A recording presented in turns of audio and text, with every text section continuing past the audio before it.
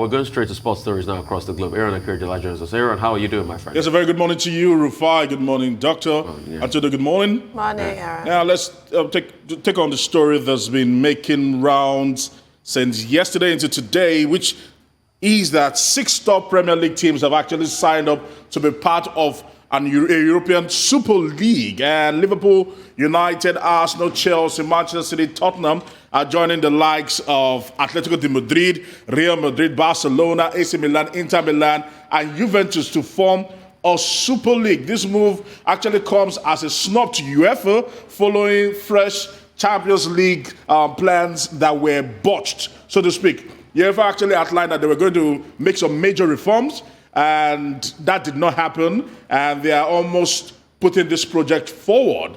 Now, the PFA in England, the Premier League in England, even the Prime Minister Boris Johnson and his office have actually issued a statement condemning this particular act. UEFA, FIFA also have issued statements condemning this league, and they are saying the sanctions will be meted out to anyone or any team who is part of this new Super League. Let's see how it actually goes. It's still back and forth at the moment, and a lot is to be expected. Now, quickly, moving away from that, because they are almost calling this man, they're calling it the Shameless Six, understanding that they are trying to Americanize, as some would call it, English football, because the way Americans actually do their own football, or what they call soccer in the United States, is kind of different from what happens in England. So you get to see how this things play out, but at the moment, massive backlash, heavy backlash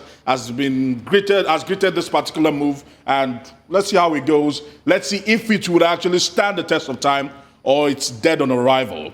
Now, Leicester City booked a massive place, and that man there, Kelechi Iheanacho, once again helping Leicester City to the finals of the FA Cup. This is the 5th time they get into the finals, but the very first time since 1969. And Kelechi Iheanacho has been in the heart of everything good for Leicester City. At the end of the game, he couldn't contain his excitement, as you could actually see what it meant to the man, the player, for what he's actually done and the over-reliance on him at the moment. He is carrying Leicester City, and he will be hoping that the Foxes will be able to pinch this one, because they will be going against Chelsea, who also overcame a massive hurdle, beating Manchester City in the first semi-final. All right, a goal from Hakim Ziyech, the Moroccan, nailing it for them. 1-0 was how it actually ended. And at the moment, Wembley is staring at both teams of the face. More importantly, the trophy for either Leicester or Chelsea is on the horizon. So let's see what becomes of that particular one. Now, quickly, in the English Premier League yesterday, Manchester United put in a very, very emphatic performance. It was laboured, but ultimately, goals from Mason Greenwood and Edis Cavani ensured that they beat Burnley on the day. Harsh rivals, I must actually say. Now, moving away from this to also what happened on Saturday in the Copa del Rey final, where Barcelona comfortably annihilated Athletic Bilbao. It was almost a show of shame. 4 goals were scored in a matter of 12 minutes, and this was the best of the bunch. And Barcelona just showing their dominance, and Ronald Koeman winning his very first title as a coach of that particular team. Now, in Formula One, there was a big shocker in the works, as Max Verstappen was able to leapfrog Lewis Hamilton at the beginning of the circuit in Italy, in the Italian Grand Prix, and Verstappen just held on as Lewis Hamilton. Things didn't just go well for him ultimately, and he came in second. At some point, some good driving brought him back to second. At some point, he was 9th, and at the moment, when we look at the table and when we look at the standings, it actually just shows that Lewis Hamilton knows that he has a fight in his hands this season. If you can actually help us with the slide, it actually even explains it further. Of course, Hamilton finishes second, Norris third. Valtteri Bottas could not even finish the race because of some collision. But as it stands right now, 1 point separates Lewis Hamilton, who is first, and Valtteri Bottas, Max Verstappen, who is second. So there have been talks about Verstappen giving Lewis Hamilton a run for the money.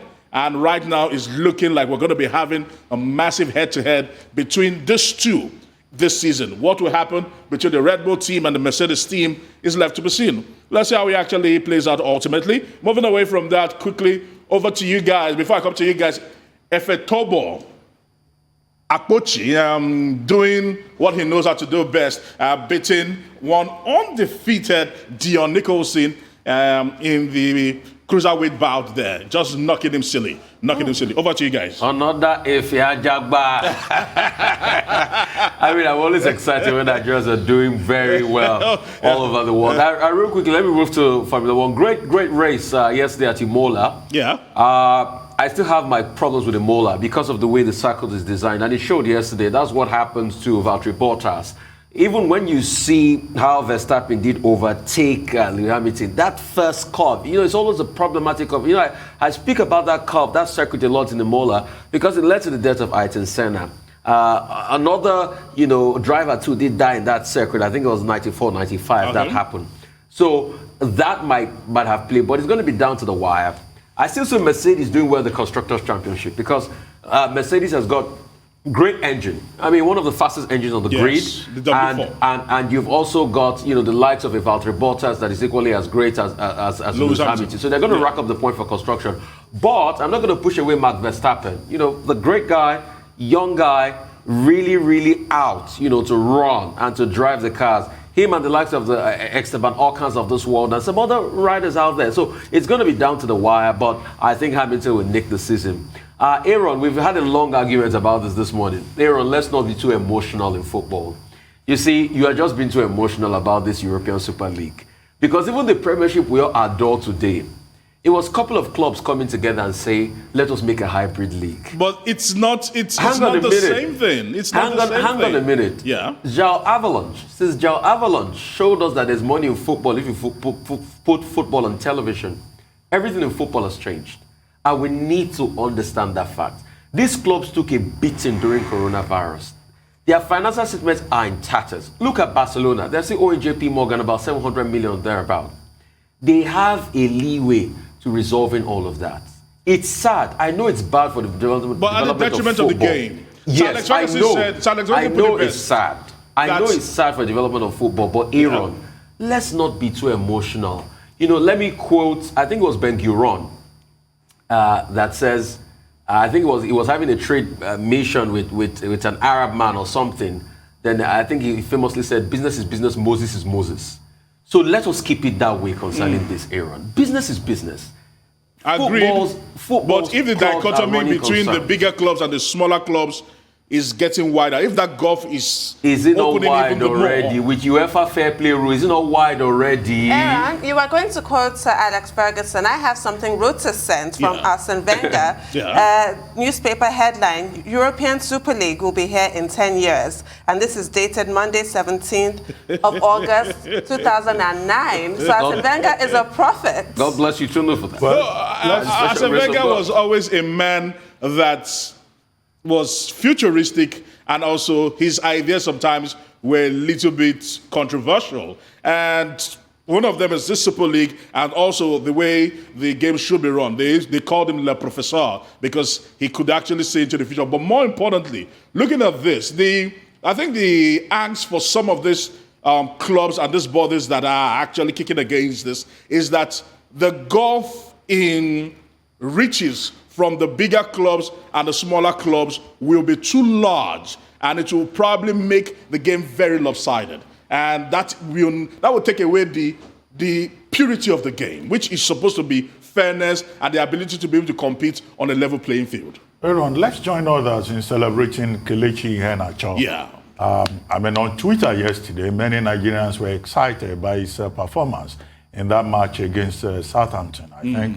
And they've been saying, look, he's in terrific form, he's unstoppable, and he practically, almost single-handedly, took, Leicester to the FA Cup final, which comes up on May 15 against Chelsea. But I also like the thing about his humility. When he was described as a magician, he said, no, it was teamwork. We all did it together. It wasn't a one-man show. And of course, that goal, that one lone goal, it was supported by Vardy. And I think that humility is important. The third point has to do with the presence in the stadium of about, was it 8,000?